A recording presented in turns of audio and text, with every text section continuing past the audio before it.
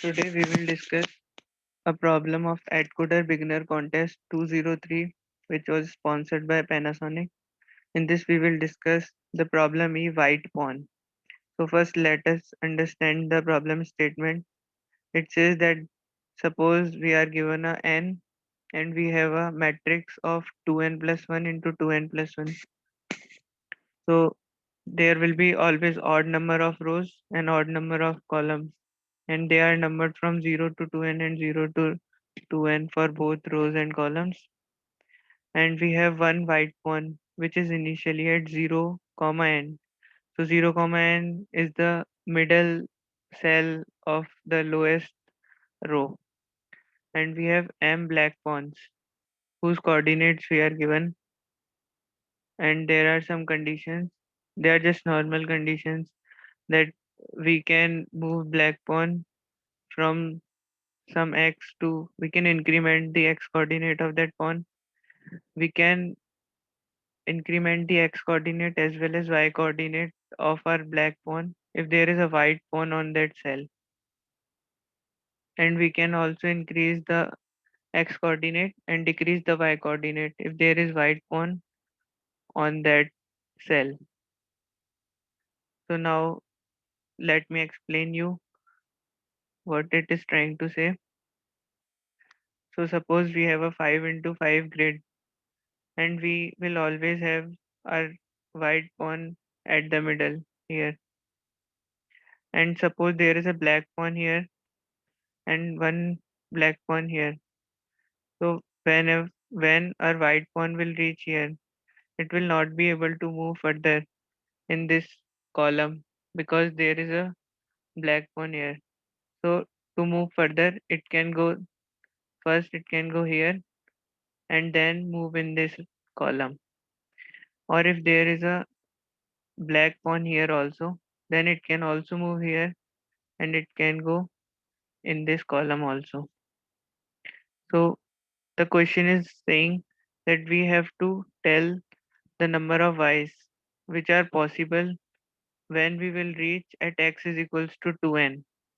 We have to tell the distinct number of y's. So it is trying to say that suppose our white pawn is in the starting is here, and somewhere in the middle we find these three black pawns.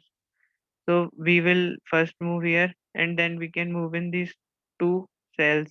And if we move here, then we will reach at y equals to 1 in the end where it is 2n, x is equals to 2n. And we can also reach here if we will choose this path.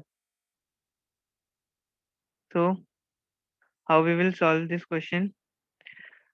So first of all, let us consider some cases.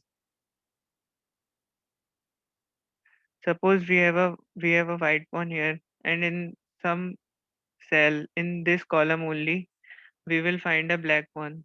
Then surely this our white pawn will not be able to reach any of the cell with x is equals to 2n, means the last row of this matrix, because it can only go till here and there will be no path further. Suppose we will find one more black pawn here, so we can go here and then move in this column. Suppose we have one pawn here also, so we can move here and move in this column and we can reach here also. So we will have two answers. Now, because we are given some constraints of matrix can be of 10 to the power 9, so we cannot store this matrix in a 2D vector or 2D array because this will exceed the memory limit. So we have to try a different approach, or we can, if we were able to form a matrix, then we can try some DFS type thing, so that if we are able to reach this and this, and then at the last we can decide that if we are able to reach the x is equals to 2n and get the distinct values of y. So for this, the approach I am telling you, we will use a set. In this we will use a logic that suppose we are here with our white pawn, and here is also one black pawn. So this black pawn will never be used because from this white pawn we can only reach here or here. So this will definitely be not of no use. And if we have black pawn here, then this will also be not of any use. So a black pawn will always be used if there is a white pawn on this cell, means diagonally in that diagonal cell or in this diagonal cell. So let me make some space. So suppose we have white pawn here. First we will find that what distinct values of y we can get when we will be at x is equals to 1. So suppose there is a black pawn here, one black pawn here, and one black pawn here. So we can only reach y is equals to 1 when we will be at x is equals to 1. We will not reach x, y is equals to 4 and also y is equals to 2. So the possible moves when we are at some, let's suppose at some random x, suppose we are here. So the pawns we are having here, let us store these all possible positions of y at some random x in our set. So we will update this set for the next x. Suppose we have possible, suppose we will be able to reach these three positions when we will be at x is equals to 3. So we will update our answer for x is equals to 4, and this will be in this way that this pawn can move to x is equals to 4 if there is no pawn at this position. This pawn will be able to move if there is no pawn at this position.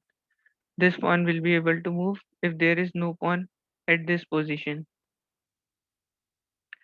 So suppose there is a pawn at this position.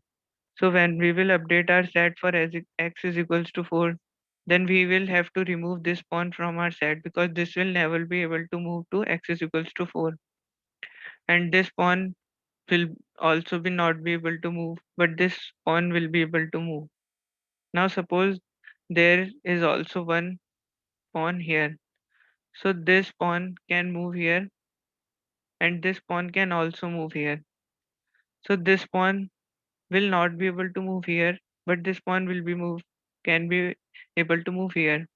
So we will update our next set by two things, that whether there is a pawn in front of a pawn which is at our current x. So if there will be a pawn, then we will not take this pawn to the next set, but we will, and then we will take all the pawns which are at at diagonal positions from this next level. So this pawn we will be taking and this pawn we will be taking, and their y coordinates will change. The y coordinates of both of them will become 1, and this will also give y coordinate 0.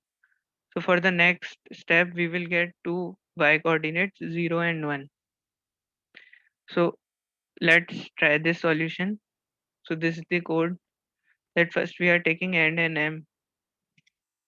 Suppose, and now in this I have formed a vector of pairs in which I am taking the coordinates of all our black pawns. Then I have sorted. So you will understand that why I have sorted them, because first I will be needing the all the pawns at x is equals to 1. Then I will be needing all the pawns at x equals to 2. Then x equals to 3. So first our set will initialize for x is equals to 0. Then by loop, in the loop we will update it for x is equals to 1, then for x is equals to 2, and finally when we will reach at the end we will get our answers. So and here I am using set because we only want to use a y coordinate once. Suppose here we are getting one y coordinate equals to 1 for these 2 points, but we are getting this only one position. So this will only be counted as one position. So I am using set so that they are stored at only at one position. So first I have sorted and then I have created a set. Then I have inserted in the set the position of y. At the starting we have our this white pawn at 0 comma n. So there will be only one pawn whose y coordinate will be n. So I have inserted this y coordinate and then I have initialized I equals to 0. This I equals to 0 is for iterating over this array A in which are storing our coordinates of black pawns. Then I have removed, I have skipped all the I positions in this vector that are having x coordinate is equals to 0, because suppose let us first have fir- one black pawn here and one black pawn here. So these black pawns will never be used in our answers because this white pawn can move only at three positions here, here, and here. So I've skipped all these black pawns having x is equals to 0. Now I have traversed through this array A till the last index. Then I have made a variable named h. This h will be storing the current height which I am calculating for. Height here I am saying for x is equals to h. Suppose I am here at this location. So I will be updating my answer for next h. Suppose I am not having any black pawn in this x is equals to 1. So our this pawn will as it is reached to this stage without any disturbance. So I have to update this for x is equals to 2. And as we are having our answer, our in the question it is given that n is less than equals to 10 to the power 9 and black pawns are only 10 to the power 5. So it is sure that not every x coordinate will have one pawn, at least one pawn. So we will only traverse those rows which will be having at least one pawn, and we will update our answer if that pawn will be included in our answer or not, or that pawn will block our previous pawns or not. So suppose we have taken a height that will be the x coordinate or the row. Suppose we are updating our answer for second row. So we will first check for all the coordinates which are having x coordinate as this h, because we are updating for this height h, and we have already sorted this according to the x coordinates. So we will first have lower x coordinate, then higher x coordinate, and so on. So for the lowest x coordinate which we will find, we will update our answer for that x coordinate. So how we are updating it? I have created a vector, two vectors actually. The first vector which will be storing the new positions of y, which will be including at this stage, and excluded this will store that which y positions will be excluded. So how we will update, you can clearly see that suppose if we are having a pawn at this position right now and we are updating for x is equals to 3. So suppose if we will find a pawn here, then this pawn will be excluded. And if we are having a pawn here, and from this pawn if there is any pawn at its diagonal, then this new position will be included. So how I have find that, first I have searched in the set that for if there is a pawn at ai dot sc plus 1 or ai dot sc minus 1 means I am considering this pawn, suppose. Then I am checking if there is a pawn at this y coordinate or this y coordinate. If there will be a pawn at this y coordinate or this y coordinate, and we are having our ith index at this, so we are checking for this if this will be included or not. So if our set will have a white pawn here and a or at this position, then this position will be included. So this is how I have checked that if I find any pawn at these diagonals, then this new pawn will be included. And for this pawn, again, I have checked if there is a pawn, and in that column, then this pawn will be excluded.